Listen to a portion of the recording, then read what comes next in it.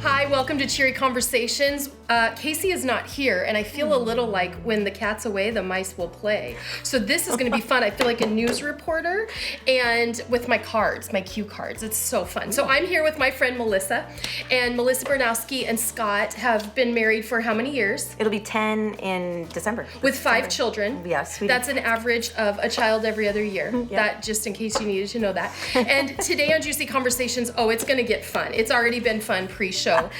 Meaning we're going to talk about fallopian tubes or lack thereof, multiple uteruses, which Keith, our producer, told us is a uteri. Yes. It's multiple uteruses. It is. It really is. And lack of teeth, broken teeth. You broke your tooth. I mean, we really do have, yes, it's juicy, yes, it's cheery. We do have a point. You and I have both gone through loss of our hopes for our kids. We lost a child. You had 2 kids that as babies you went through a lot. But before we get into all that heavy stuff, and how God saw us through. You said right before we started, you broke your tooth the day before your wedding. Well, the night before the wedding. Yep. That's convenient. Woke up in the morning and, I still only had half of a tooth. Yeah, you're right. You thought it would grow back by morning. I was hopeful. Yeah, that's awesome. I had a tooth, my front tooth, something happened to the root, like it dissolved from ranch well water. Yeah. It just dissolved up in my gums. And so the dentist took it out and said, well, you'll come back in a week and we'll give you a tooth. I had one front tooth. This was like 3 years ago for a week. I was like, you got to put something in there. Yeah, what did you do? I think they did give me like a implant, some like kind a denture of, for that. Yeah. But he's like, take it out to brush your teeth. So I would turn away from the sink and brush my teeth with my denture off because I looked like, I was toothless. That was bad on my pride. Okay, so we got past the teeth thing. Uterus, let's go into that because you not only have 5 kids now, so we kind of already gave the punchline. You know the end of that story, right? So, when I was 21 years old, I was in college, and it was the start of my 4th year, my senior year. I was on the swimming and diving team, and we went back, and I was like, there's something wrong with my stomach. I don't know what's going on. I felt air bubbles and fluid, and I was like, I just don't know. And my coach gave me like a Maalox or something like that. Like, here you go. And I was like, I don't know. I think it's the food down in this one kitchen area that I ate that I didn't normally eat, and I was like, I think it was their food. This is just, oh my gosh. And it kept getting worse and worse, and I went in, and they didn't know, they couldn't figure it out. And I went into exploratory surgery at 7 a.m. the next day, and I woke up 4 hours later instead of 2 hours later, and it was an OB in the room instead of just a general surgeon. And he told me, so you had an extra uterus, so I took it out, and then you also don't have a fallopian tube on that side. And you're how old? You're in college. 21. Oh my gosh. I was 21 years old. Yeah. And so, at that point, I'm like, I'm only 21. It's probably not that big of a deal. My parents are like, is she going to be able to have kids? Right. Like, what are we looking at long term for this? And so they were almost more upset about it than I was, because I think I didn't know the ramifications of something like that. I just thought, well, okay, that's just the way I am then, I guess. But who would think that? Yeah. So then you wondered if you'd have kids once you and Scott got married. Yep. And I have the same OB actually. We just celebrated 18 years. Whoa. I know. I tell him every year. I'm like, it's another year. You took my uterus, and I love you. You're amazing. I love you. I have all my children because out. of you. Yeah. And but even like I had problems before that. PCOS, polycystic ovary syndrome. I have that, and so half of a uterus now because they took the extra one out, and only connected to the fallopian tube on that one side. And then when Scott and I got married and I went in and talked to them about fertility, I said, so nothing's happened in, over a year. And they're like, okay, well, we can take a look, and did all the testing, all that type of stuff, and found out that my only fallopian tube was blocked. Oh my gosh. So I thought, okay, well, maybe, that's something that they can fix, right? So they unblocked it, and we did go through fertility treatments because then my body with the PCOS wasn't producing enough, the follicles large enough to drop as eggs. Okay. So that was the next portion of it that my body needed help with. And so it was quite the process, even to just get to that point. Yeah, you heard the 5 kids thing, but it took a while to even get to 1. Yeah, and we met, tell the story about, we met when you were just newly pregnant with your first, with Tristan. So Scott and I had similar backgrounds. We're both Christian, or we were both Christian and raised in the Christian faith, but he was a different denomination than I was. So when we came together, we had talked about, how do we want to raise a family, or not knowing if we could have kids or not, how do we want to proceed? But we know we want this in our life, and we know we want to come together on it and have an agreement. And one of our friends invited us to go to Life Church, and we said, okay, that sounds good. And we were there, and it was announced on that Sunday that some new pastors were going to be coming into town the very next weekend. And which was us. That was you and Sean and the kids. Yeah. So that was pretty cool. So we've been, at Life Church since you guys started. Yeah, 7 3/4 years. Yes. And I remember meeting you, and so then you found out you were pregnant, and then you carried Tristan like on one side of your body. Yeah, so the baby actually was head up and butt down, and it was like a sash. Like if you're wearing a sash, that's where you can imagine the baby was. It was sideways. Yeah. So then you went in and you had him 6 weeks early, probably because of the complication just of your uterus. The small uterus. And that's what my OB had said, the largest risk factor for you is preterm labor. Right. So we'll just keep an eye on you. And I went in having some issues, and they stopped my contractions, and I was about ready to go home. They were like, you can go home today. I was only there for 2 days. And I said, I'm just tired. Can I just take a little nap? They said, sure. And I woke up because my water broke. Such a God thing. Well, I'm so glad I was at the hospital. Yeah, you thought of, I did. I was so glad I was at the hospital already, and had Tristan 6 weeks early. Right.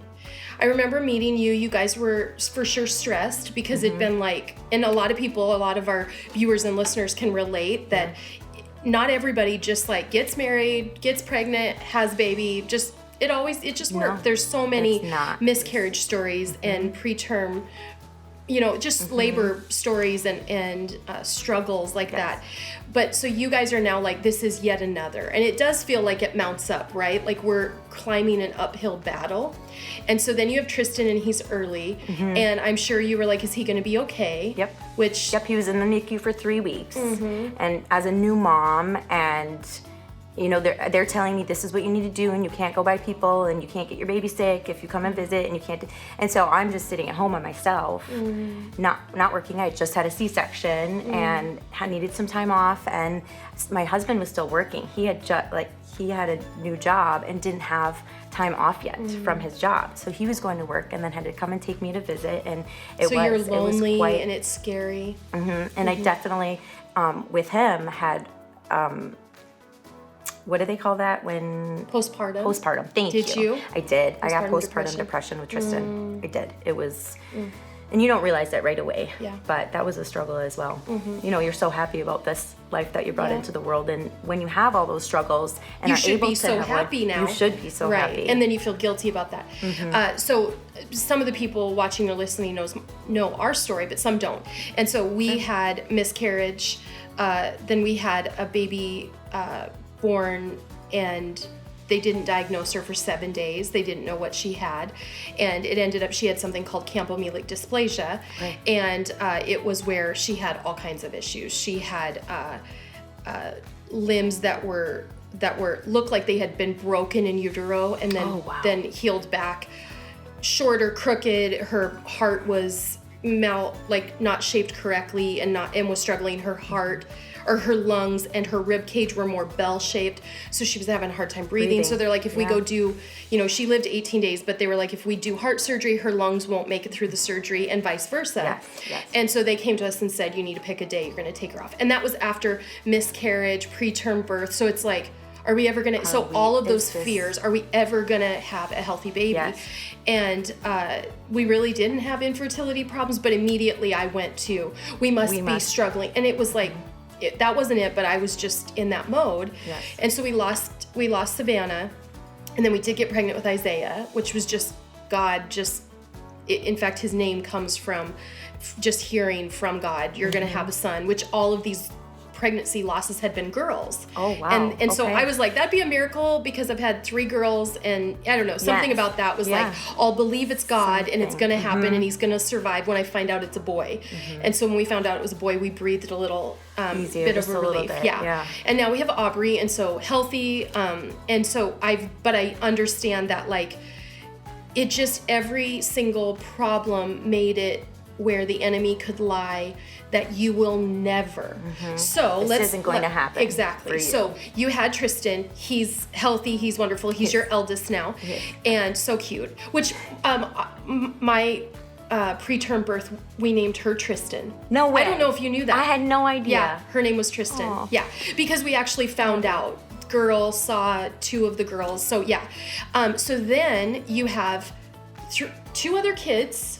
Yes, so two other kids. So I had Estella after that, and she was great. She wanted to stay forever and next to mom. So there was no problems with that? There wasn't. Yeah. And then I had a Xavier, and it was the same thing. So I had no issues with that. And then we get to Roman. Okay, so now we're going to talk about Roman, because there are people that they have been in the hospital with their baby. So some people, I mean, they lose them at birth, they miscarry, it happens in the pregnancy. You have Roman fully at full term. Well, or how can I was back he up early? just a little Yeah, bit? yep. So with Xavier, I actually, and I don't know if I told you this, but with Xavier, I was in ultrasound, and I'm high risk because of my uterus. Yep. And so all my pregnancies, I'm in quite a bit. Yep. And when he was doing an ultrasound, the specialist was doing an ultrasound, and he says, "Okay, well, I see a tumor." And I said, "Okay." And I said, "I think I can see it." And he's like, "It's a good size. You can see it on the ultrasound." And I said, "Okay."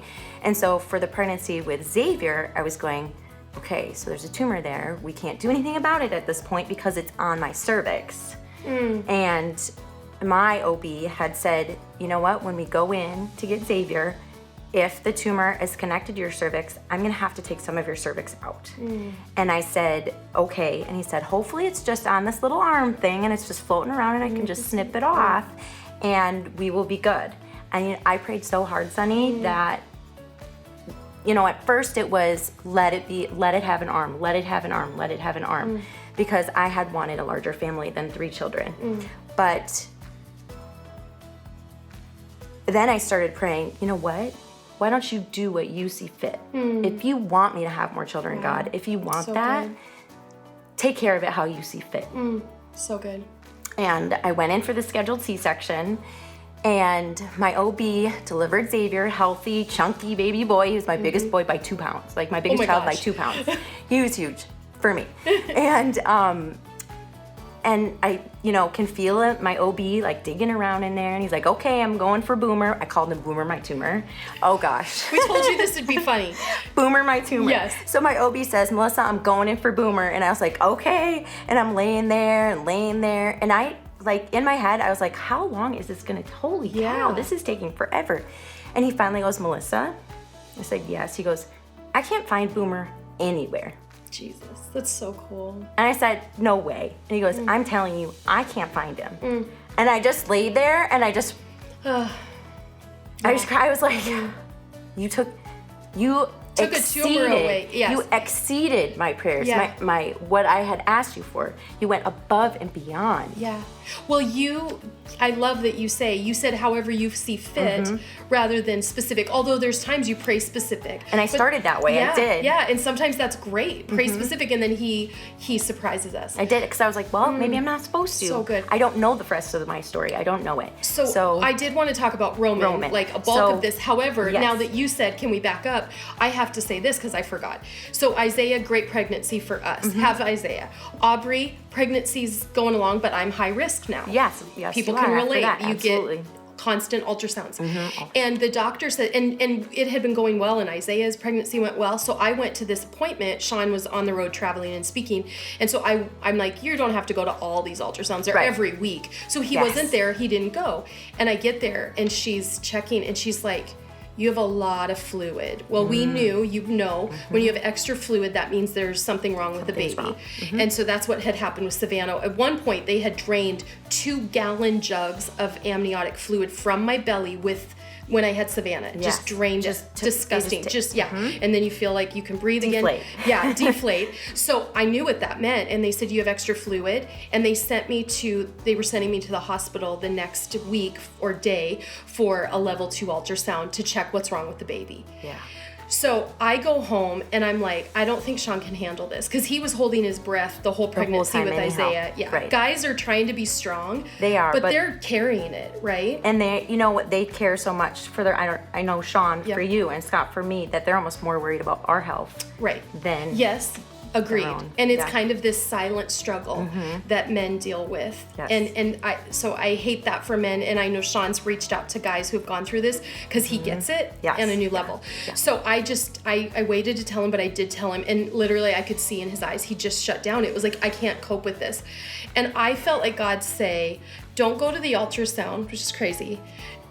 Believe the report. No, I didn't feel him say this. I just felt him say, just don't go right now. And I was like, okay. Wait, what? And it was more like, you just need to get more faith. You need to have more time. So I put off the ultrasound and I took a week, and I kept hearing, I'm not going to believe the report of the doctor. I'm going to believe the report of the Lord.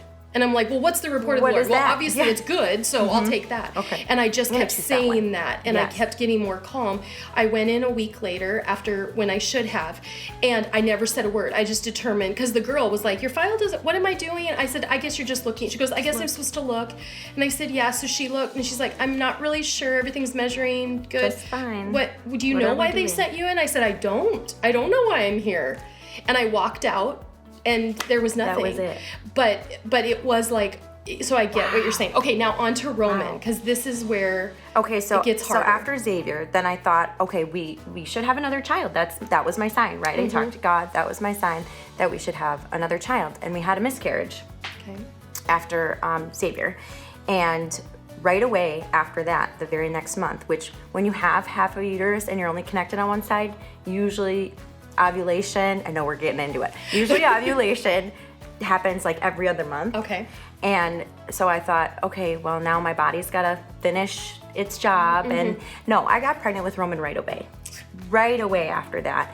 And it was crazy. Of course, we were going on a trip too. And I was like, oh no. Oh yeah. So pregnant with Roman, go into one of our probably second, third, first trimester screen for sure. And the specialist says, there are some measurements off. Okay, what does that mean? Well, we should do some extended testing, but usually this particular measurement means there's gonna be something with the heart. Okay. Then you gotta wait. You gotta wait for the test results. They call you, yes, things are still off, and you're praying, and you're praying, and you're praying, and you're praying. And then it was the next time, he didn't say anything about the heart. And I thought, oh, that's great. Maybe the heart is fine. But then it was something else. And I thought, okay, I don't know. Well, little did I know. You can't see the heart at that point in the ultrasound. So he didn't really know because he couldn't see it. And just every time we went in, and I had to go in twice a week. So every time I went in, it was bad news. And I got home and I would just be so defeated. And my husband would say, Scott would say, what was it this time? And I'd say, okay, this was bad. This is newly bad. This is newly That's bad. how it was with Savannah. We'd trade out one, the lungs look better, now the liver, the leg is wrong. Yeah. And it was the same. It was measurements, arm and leg measurements were off. And so are we looking at, this type of birth defect and heart is off. So are we looking at this heart defect and spine is off. So are we looking at, and it was so many things. And then your brain goes in a million different directions and you start, you visit your friend Google. Which is worse. It's terrible. Oh, yeah, don't do that. Don't do that. You start looking up all these things and it just becomes really overwhelming with all the stuff.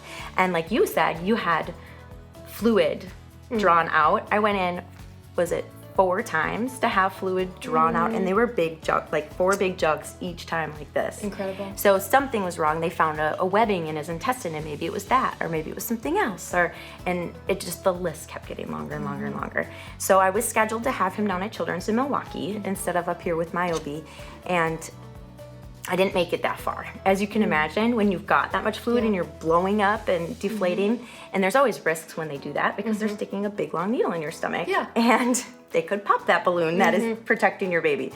So I did. I went into labor and had him in Green Bay, which I was happy to have him with my OB because he helped me so much with my other babies.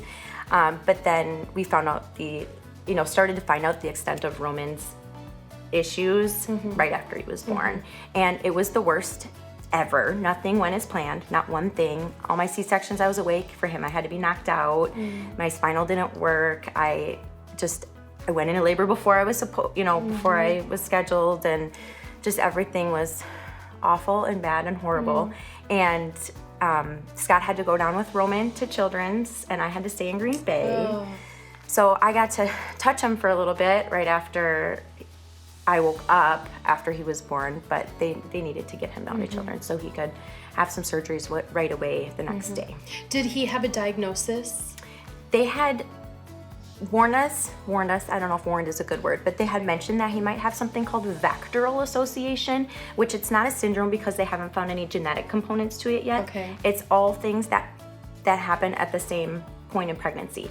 So the V is vertebrae, A is anal atresia or stenosis, C is cardiac, TE is a tracheoesophageal fistula, so your esophagus stops or connects somewhere else, and then your stomach comes up and connects somewhere else.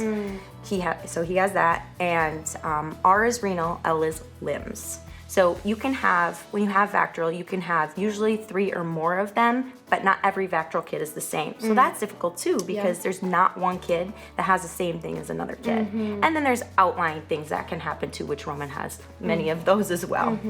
So it was many, many things. How long were you in Children's in Milwaukee? So we were there for sure for the first 6.5 months of his life. And it was me and my oldest 3 children. So at the time, Xavier was 1.5 years, and Stella was 2.5, almost 3, and then Tristan was 4. And we're living down at the Ronald McDonald House in Milwaukee, right across from the hospital, so we could go see him every single day. Your faith amazed me. I came and saw you one time, and thank you, by the way. Yeah, well, Thank and you. I bring that up only because I walked into the room, and you were like talking to the lady who had her son in Children's, and you're like, Sonny, and you're talking all about her, you've ministered to her, you're talking about God. You can tell that she's just like so grateful that you've met her and that you're giving her Jesus every day and encouraging her. You're walking through the lobby and you're like this ray of sunshine, and I'm like, this is a girl who is not letting this get her down. And I mean, I was seriously watching you going, okay, I've lived in the Ronald McDonald House, but it was only 14 days. I've seen my baby with all these tubes where you can see him wincing in pain. Yeah. But I knew she went to heaven and she was out of suffering, and my life went back to normal. You're 6.5 months in, and there is no doubt that because you started with Jesus, you didn't like wait to try to find him in that moment. You had pressed into Jesus ahead of time. Before and prepared. We somewhat knew. I mean, we didn't know the extent. We didn't know we'd be living down there. We didn't know all that. We were hoping and praying, obviously, that he would come out and things would be healed and he wouldn't have the issues that he could have had. Yeah. And that's just not his story. So. And it was touch and go. You didn't know if he'd survive from day to day. We didn't. Yeah. I remember when I was there, you weren't saying he might not make it, but I mean, I walked it. I didn't have to ask. I was like, these are the kind of things that a baby doesn't live through. Right. And now he's home. He is. He's how old? He's gonna be 3 in November, and he, throws tantrums like a 2-year-old and wants to have his way, but he's the sweetest. He is the sweetest little boy, and he's still doing things that they are saying that he shouldn't be doing. I mean, he had a procedure last year, and the ENT, your nose throat doctor, said, okay, well, I couldn't get anything through, so I don't think there's air getting through, so I think you can feed him food in his mouth because he eats through G-tube in his stomach and not through his mouth. And so I said, okay, well, if there isn't anything getting through, including air, how is he talking? And she looked at me and she goes, I don't know. Like this brilliant doctor who sees kids like this all day long. She's like, I don't know. I don't know how he shouldn't be talking. Wow. And I thought, okay then. Yeah. And Roman, that would we wanted a nice strong name. I'm sure you went through that same type of thing, right? Like we got to pick the right name and Roman, and in the book of Romans, and I see verses through the book of Romans all the time. Wow. All the time. So amazing. It'll pop up and I'm like, wait, That's Roman. It's Roman. Yeah. Isaiah is named after the book of Isaiah, and James, the book of James. And so, yeah, there's a special little place. And you know what? I'd much rather hold on to scripture in the Bible than a cross necklace or a statue of something. Mm-hmm. I'd rather have the words of Jesus. Just remind me, remember, he is an answer to prayer. Yes. Aubrey is an answer to prayer. That's right. Your kids. And we're gonna wrap it up with this. You now have a 5th child after Roman. So a lot of people would go, I don't know if we risk it. You mean including my husband? Who yes. Who was like, are you nuts? What was is he wrong was like, with what the you? heck? No, he's like, we have a Roman. That is enough. Because we have nursing care, and he's like, one takes the rest of the children, and the other one helps Roman. That's how it. Mm-hmm. That's how you divide and conquer. Yeah. And we have nursing care, so that's really we love our nurses, and it's super helpful in taking care of all the children. But yes, I said, you know what? Our life has changed so much since having Roman. I mean, I own a business, and I was running that and having the kids. And you sold it all. And you know what? God was like, I don't want you to do this stuff anymore. I want you to be at home with your children and be present, and this is how I'm going to show you that this is the right path for you. And so I went, okay, all right, and embraced it. And I said to Scott, you know what? I'm going to pray on it. Because I know you don't want another one, but I want to pray on it because I don't want Roman to be left behind. I want somebody to help lift him up too. And now I'm home. Yeah. I'm home with the kids. I can do this. Yes. I can do it. Yeah. And so I said, don't ask me for a while. Let me pray on it. He shouldn't have asked me again, because the next time he asked me, he goes, so have you been praying? And I said, yes. And he said, and what did you come up with? I said, we have to have another child. It's not going away. That's awesome. So I thought you were going to say, you said, I'm pregnant, but you were nice. You were a good wife, and you said, we'll do this together and decide on that. Yeah. So you have a little girl. We do. Yeah. Little Monroe, and she's a little sassafras and just perfect, you know. And I saw that. I mean, you've amazed me along the way, and I've walked this road, and I'm like, oh, I'm strong. Look at me. We got through it.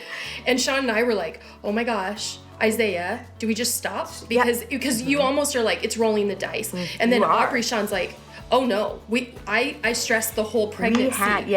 Like, okay, we got it. We got another healthy one. Let's just draw the line there. Right. And Scott did say that to me. He said, what if we have another Roman, Melissa? And I said, then we were meant to have another Roman. Right. It's just this love that parents have that I think Jesus gave you additional. I saw it in your eyes. I see it in Scott. So you're so inspiring, and you've inspired me and pushed me and don't cry, because I'll cry. We'll cry. Okay, we'll wrap it up so we don't cry the whole time we're wrapping it up. But thank you for being here. Yeah, drink of water. So thanks for being with us for Cheery Conversations. Thank you so much for inviting me. Up. Oh my gosh. I think this is going to encourage, and it's going to let some people know, you know what? I'm good. Like, I'm going to pray, and I'm good to just not keep trying or not have more, and others are going to feel this peace on they're supposed to keep trying. And I think that what we have to leave you with is that is different for everyone. It is different for every single person. We are like, yes, we were supposed to stop trying after Aubrey. And for you, you're like, we're going to have more after Roman. And so whatever is right for you, that's a Jesus in you thing. It is. I was going to say, that's between you and God and you and Jesus, and that's who you need to talk to about that. Yeah, so. Not the best girlfriend advice. Yeah. So thanks for being with us on Cheery Conversations. If you want to connect with me personally, or maybe you have an idea for an amazing guest like Melissa and an amazing topic, you can go to sonnyhennessy.com and connect with me through there. Otherwise, we'll see you every week at 8 a.m. and 8 p.m. on Wednesdays. Awesome.